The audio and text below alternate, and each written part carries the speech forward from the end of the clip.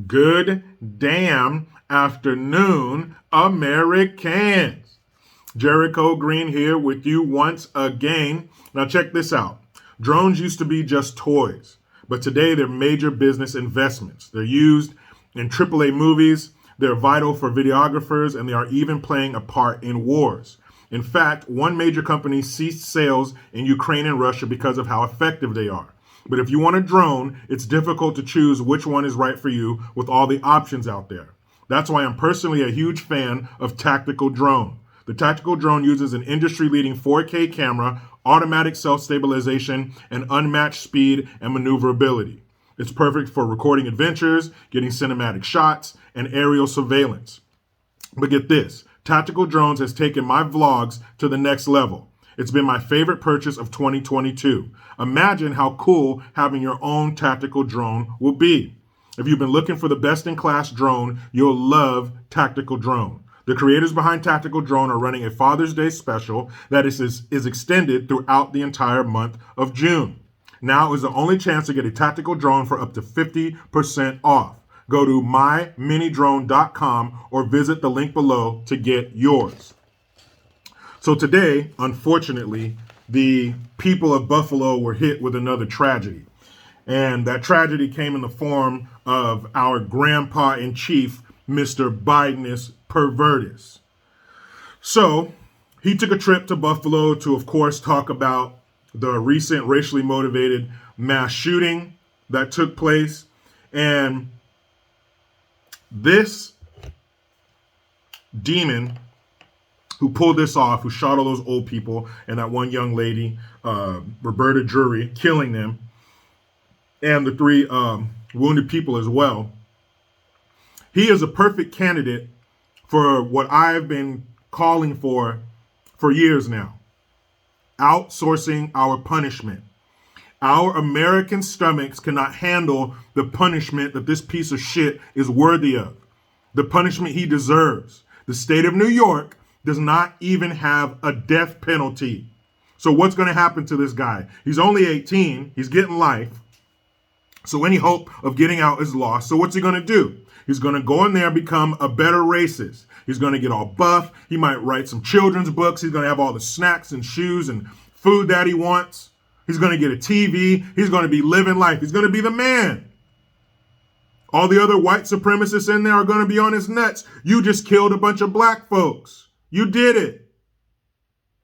So this guy's going to go on to have a great life as a hero inside of prison because New York State doesn't have the balls or the guts to punish him the way he should be. Why we ever got rid of the electric chair and the gas chamber is beyond me. That is a perfect way to go for somebody like this to be inside of a sealed chamber with a cyanide tablet going off. Or be strapped into old Sparky. Don't give him the wet sponge on his head. Let's do it dry. A firing squad. A good old rope at the end of a strong branch. Wood chipper. I've mentioned this before. I watched this show on the History Channel one time called Machines of Malice. And there were all these various ways to torture and kill people back during the Spanish Inquisition and the Crusades and all that good stuff. These are primitive forms of punishment, but they have a place now. Technology doesn't need to touch everything. These contraptions are just fine. They had ones for crushing your skull, breaking your jaw, crushing your fingertips, rolling you down a hill as you're beaten to death by the ground, drowning people. They tie you to a post at low tide. High tide slowly comes in and you drown slowly. Perfect. So many different ways that people like this can be punished the way they deserve. So I think they should outsource it. We outsource everything else. You have a problem with something? How often are you patched into somebody here in the U.S.? Usually in the Philippines or in India where you hear a bunch of people talking behind them in the background because it's a big old internet cafe. So why not outsource this? And let's find a country. Now, what we should do with the outsourcing is find a country and we'll make a deal with you. We'll take X amount of your best and brightest. Don't send us no bullshit. We got enough bullshit here, obviously. So we want your best and your brightest. Somebody who's going to add to the American culture, who's going to add to our country, who's going to bring something to the table. America is a potluck, and you're only invited if you're bringing something. So let's get X amount of their best and brightest, and we'll give you X amount of our bottom of the barrel demonic pieces of shit that need to be punished until they die. Take your pick, country. Whatever you want to do. And make sure it's a country that we used to have beef with, so maybe there's some of that hatred left, so they punish them really, really good. Make him march up and down some kind of mine shaft until he collapses. I don't care, but we don't have the stomach for what he deserves. So we'll outsource it. Send him to another country. Let them punish him. Because that's what this monster deserves. Not to be sitting inside of a state prison, kicking it, corresponding back and forth with some sick bitch who likes him and wants to marry him. Yes, that shit happens. Ted Bundy, anyone? But that's what this fool is going to get because New York State is weak.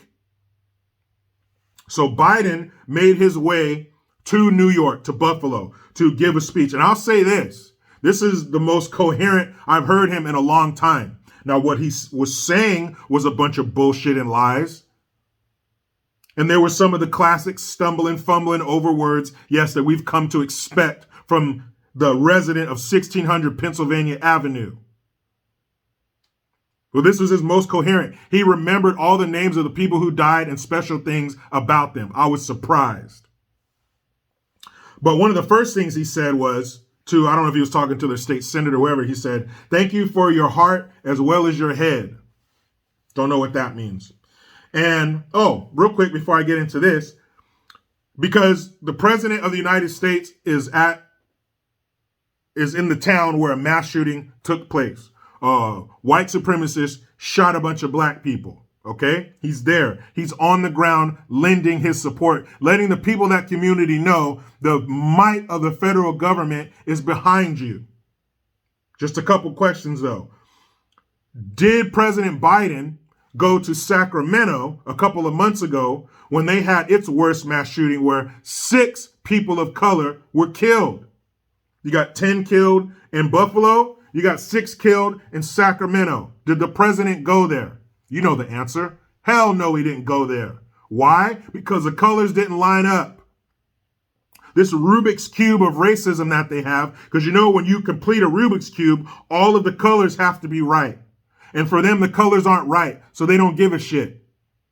If the shooter's not white, good night. Okay, the shooters in that situation were both black. Nothing, crickets. Oh, he tweeted about it. He made a comment, but he didn't go there. Okay, did Kamala Harris go there? Because she was a California state senator. That's her state. That's her people. Did she go? No, but she tweeted. Cool, thanks. Also, you guys might remember a place called Waukesha, Wisconsin, where that black man got in an SUV and ran down a bunch of people in a Christmas parade, some of which were children. So I know he climbed aboard Air Force One and he took his raggedy ass to Waukesha to lend his support and let the people of that community know that the might of the federal government is behind you. Sorry, guys. He didn't go there either. But you know who he did send? He sent Jill, his wife, and the second gentleman. I'll say that one more time. See if you get as pissed as I did when I read this. They sent Jill Biden, the first lady, and the husband of the vice president to Waukesha, Wisconsin. So Biden shows up to New York, white shooter, black victims, but does not go to Sacramento, black shooter, black victims, does not go to Waukesha, black driver, white victims. The Rubik's Cube. If the colors don't line up, fuck off. But here he is in New York. This is proof that it's political. It's not about our safety. It's not about, all these guns. It's not about, you people need to be safe. No, power. Midterms are coming. People are waking up to the bullshit. Give me that bucket. What do you need it for, sir? Give me the bucket. Find the well of racism.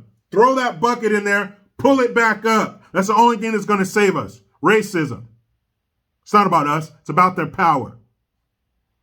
And I wrote down a few of the quotes. Oh, I'm sorry. One more thing, guys. I'll get into it. Just a second. That Southern California church shooter who killed one person, injured 5 others. He went there because it was a Taiwanese church and he's Chinese. And you know the beef between China and Taiwan? China wants to reabsorb Taiwan. Taiwan wants to be on its own. But that shooter was Chinese, and they dare not speak against the almighty China.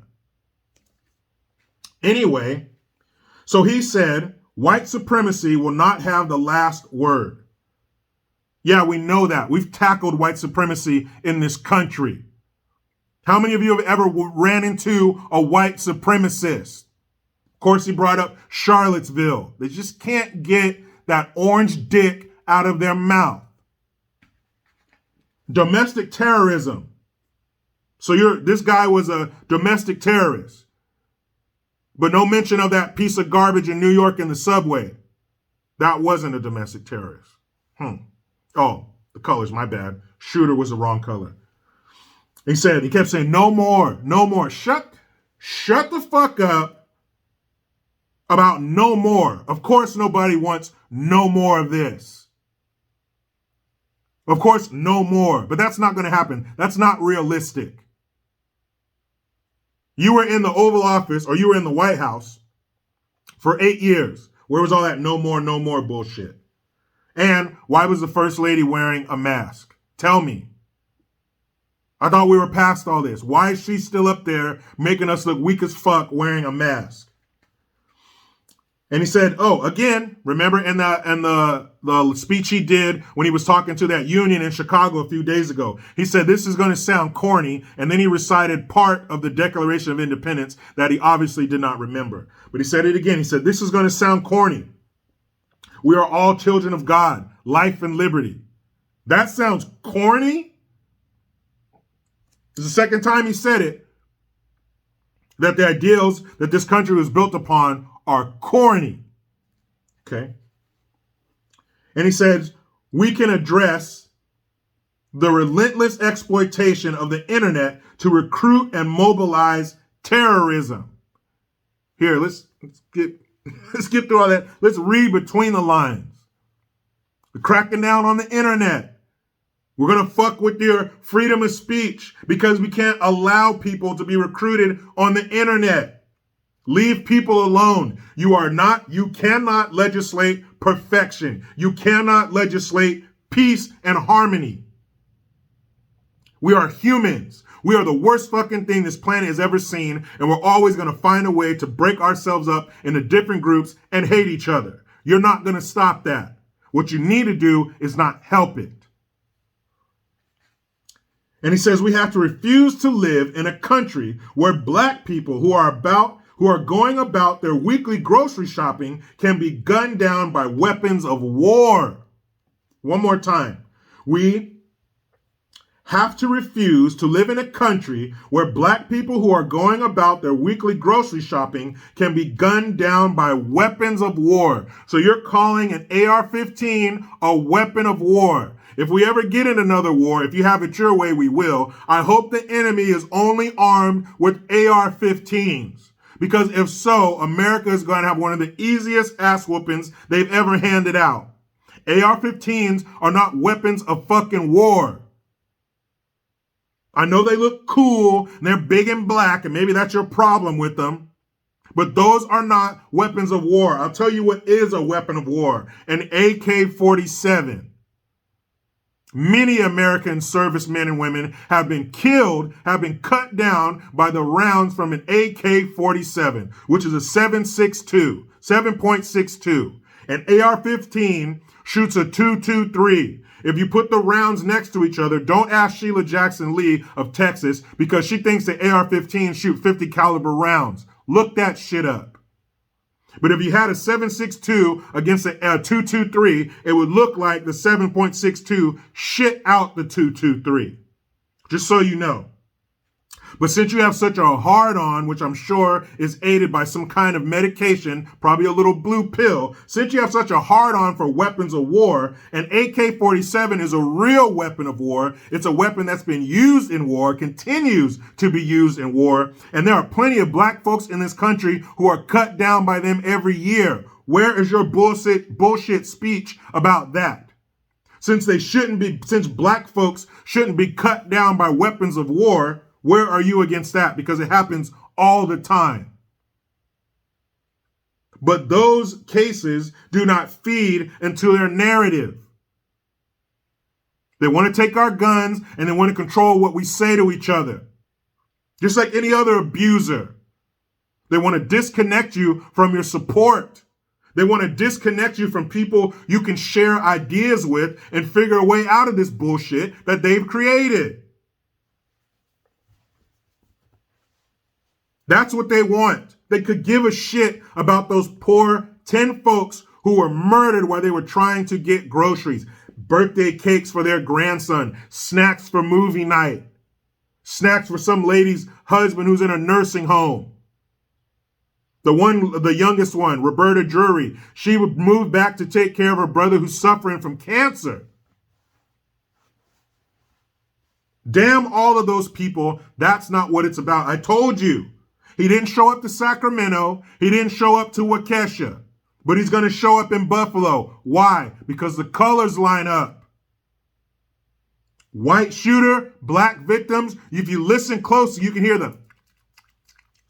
You can hear the left rubbing on their little pink weenies. Their dicks look like dogs when they come out. That pink lipstick, they're rubbing themselves. They finally got the shooting that they wanted. A racist white man shooting down black people. Thank you. Finally, we got it. That's all they care about. They care about squeezing a little more power from that fruit known as the American public. That's all they want. Kamala Harris is from California. She didn't even go to Sacramento after the worst mass shooting. I'm sorry, it wasn't 10 black folks. It was only 6. But the trigger wasn't pulled by the right colored individual. But if it was all about our safety, they'd be all over all of these stories. And you know what they'd be doing? They would be arming us. Force multiplier. Deputize some people. Make it easy for law-abiding citizens to protect themselves with firearms, and a lot of this shit won't even happen. Because I guarantee you, part of the reconnaissance that this turd did, he picked that place because nobody else there is going to have a gun except for the one security guard.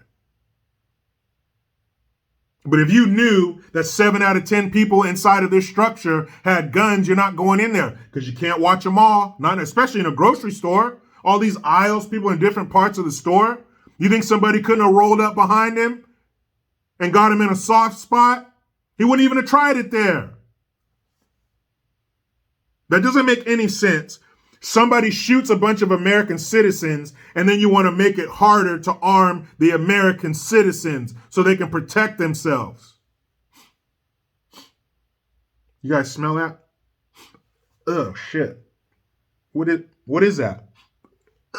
Personal. Did somebody bring personal responsibility in here? They can't have that. Because if we rely on us, we're not relying on them. And if we don't rely on them, they slowly but surely fade away and the power comes back to us. They cannot and they will not have that. What I hope you will have is promo code FATHER, all caps, 20% off, all green gear. Shout out to Chicago PD Narcotics Division. I have a t-shirt from their homicide division, and I'd hate to find out who's busier, but I'm sure both of those departments inside Chicago PD are working too damn hard, especially with summertime coming. You know how those Chicagoans get when it's hot out? And I feel sorry for you guys having to work under a fucking googly-eyed turd like Mayor Lightweight. No, Mayor Splinter. No. Oh, the sloth from Ice Age. Same thing. Split screen. Tell me you can pick out who's who. Anyway, people, That's how I feel about this shit. His speech was a bunch of bullshit. They want to take our weapons and our means to communicate. But you know how it goes. I try to be done with the left, but they just won't let me. Please subscribe. Hit that notification bell because every time it rings, a piece of shit lefty cries. Utilize the Linktree link. Get your ass over to jerichogreen.net. I am Jericho Green. Man,